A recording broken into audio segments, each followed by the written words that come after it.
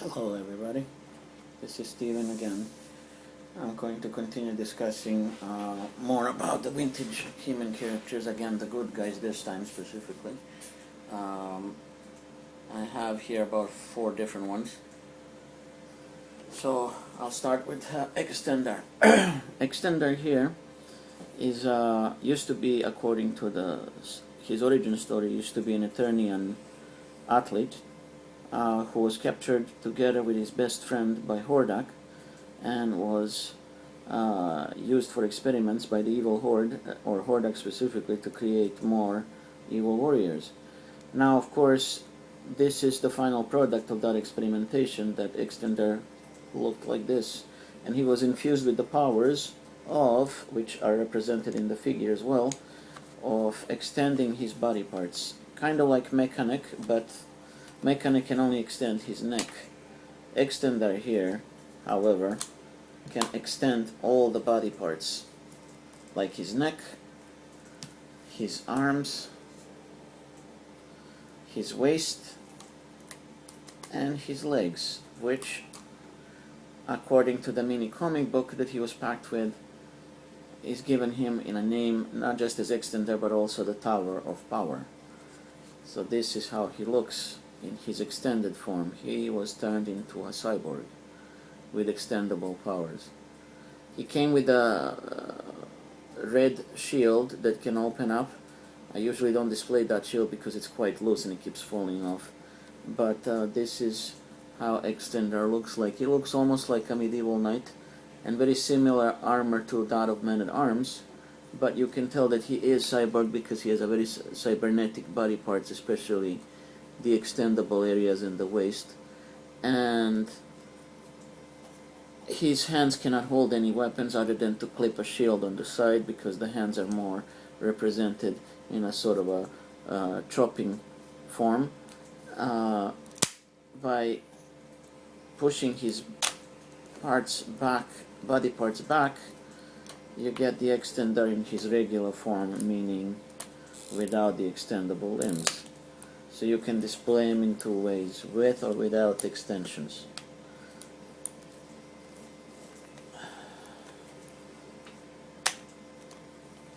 He has, unlike some of the other vintage human figures, this one does not have the spring-loaded waistline, and he cannot turn in the waist either. He does have articulation in the arms, about that much, that they can turn up and down. The legs are again connected in the crotch with a small rubber band, so he can move the legs a little bit forward and a bit backward. And the neck has, or the head itself has no articulation because of the extension piece that's built in. But he's still a pretty neat looking figure. He looks like an oversized medieval knight, and very nicely done at that. Extendar is a good guy and belongs to the heroic warriors. So that would be Extendar. The next one in line is Rio Blast, one-man army as they call him. He looks more like he could join the Brave Star cartoon series that was also done by Filmation after He-Man was over, because he looks literally like a sheriff from a Wild West, but with cybernetic parts. As you can tell, he does have a sheriff's badge here, or a marshal's badge. Now, how the cowboys or space sheriffs fit into Eternia, it's very funny. I don't really know because they never really explained it, but one part of Eternia, according to the mini comic book, looks like Wild West in a way, because it's a desert. And Rio Blast here has a lot of guns, which are his action feature. So he has guns stored in his hands, and then also in his knees by putting the flaps open like that. He has also guns coming out of his chest by popping that compartment open, and of course the major guns that are stored like a knapsack on his back here, and then put over his face like so. So here he is transformed with all his guns blazing. He's also a heroic warrior, and he belongs to the group of He-Man's warriors, and He's literally one-man army because of all these guns he's carrying around. This knapsack with the lasers can be removed, but I would recommend not to try and do that because the clips are made of very fragile plastic and the clips can easily break. And if they do, you will have a hard time placing the laser knapsack back on top of him. I would also say, because I had another Rio Blast long ago and that one had these problems of these clips breaking, that also the knee pads are being held by these clips on the side, and they're also quite fragile too, so they can also quite easily break off. These lasers on his hands are pushed in through a hole, and that's the way they're being adjusted to the hand, and they can be pulled out. But again, I don't recommend it due to the fact of those plastic clips again being in place. Now we can just push these guns back in, and that way we just store them back in their previous position. Push all the compartments back in, and the knapsack lasers store at the back.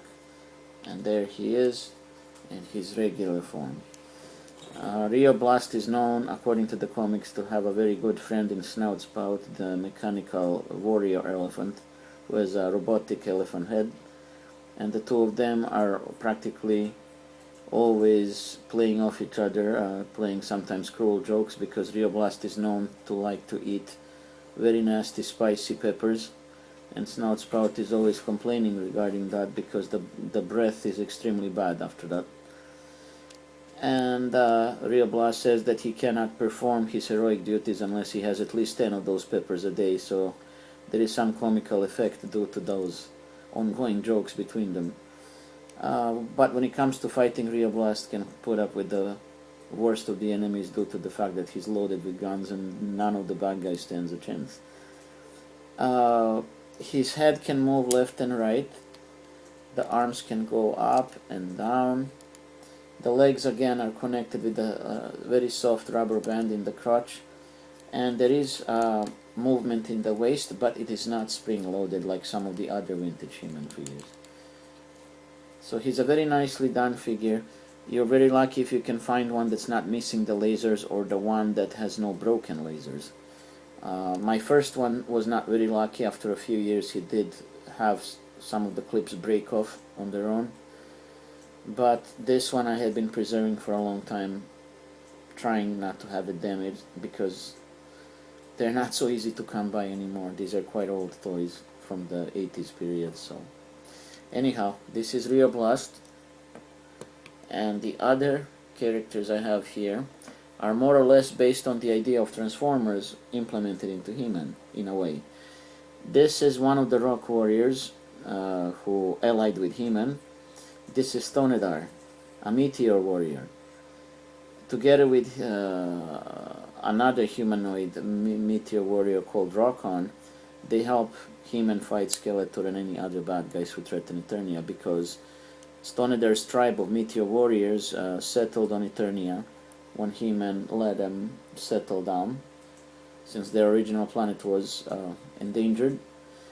He also had an appearance in She-Ra cartoon series by Filmation, but he also showed up in numerous mini comic books together with Rokkon, and together with his wife Granita, who is practically a female Rock Warrior, but she did not get her figure so far.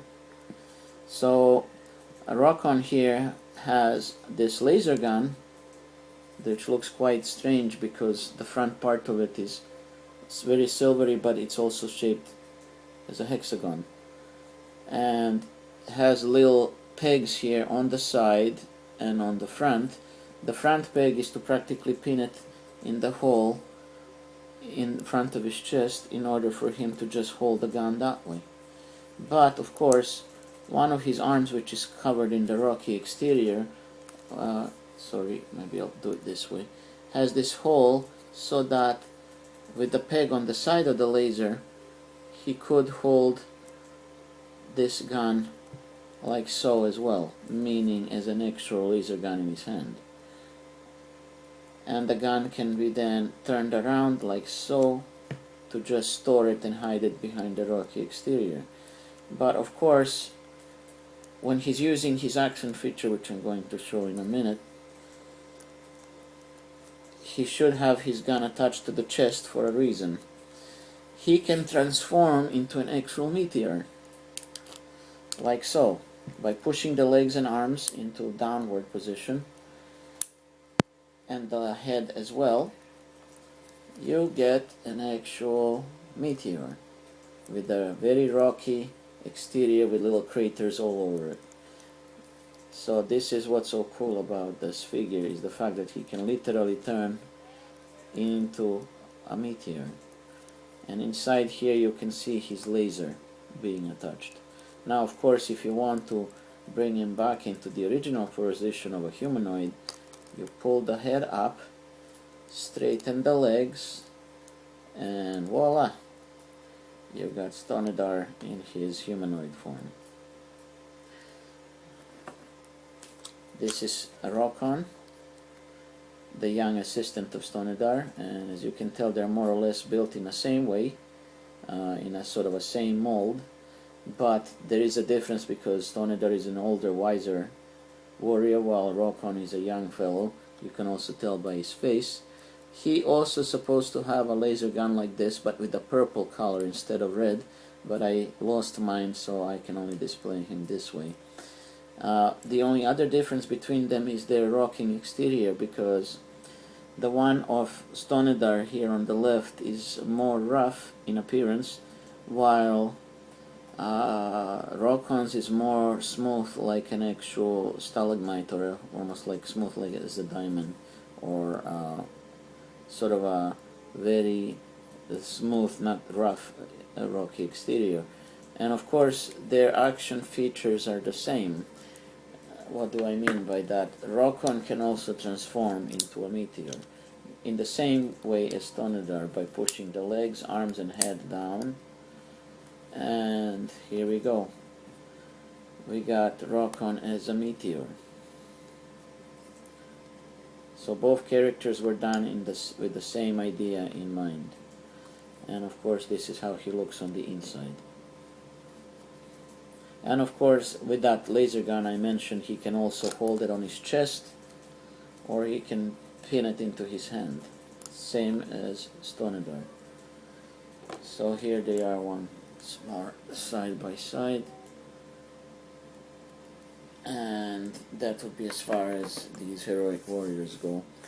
So I would conclude this story then for the moment, but there is more to come, because there is still more of the vintage He-Man figures I would like to talk about, and some of their creatures and vehicles, and hopefully their playsets, because I do have several playsets. I am missing playset Eternia, but that is something that's known as a holy grail in the vintage He-Man collection, and I do not have one, and I'm very doubtful I'll ever have one, due to the fact that it's horrifically overpriced, and it's something just simply unattainable at this point in time. But I will show you the rest of the things I have from the vintage He-Man, all in due time. So if you like to see more, and you'd like to follow me on my channel and follow which new videos of action figures I will be posting next, please subscribe down below, leave a comment, or if you have any request in regards to vintage He-Man item that I may have, that you would like me to do a review on, then I'll look into it. And that's about it for now. Thanks for watching, you guys, and I'll catch you again later. Thanks, bye.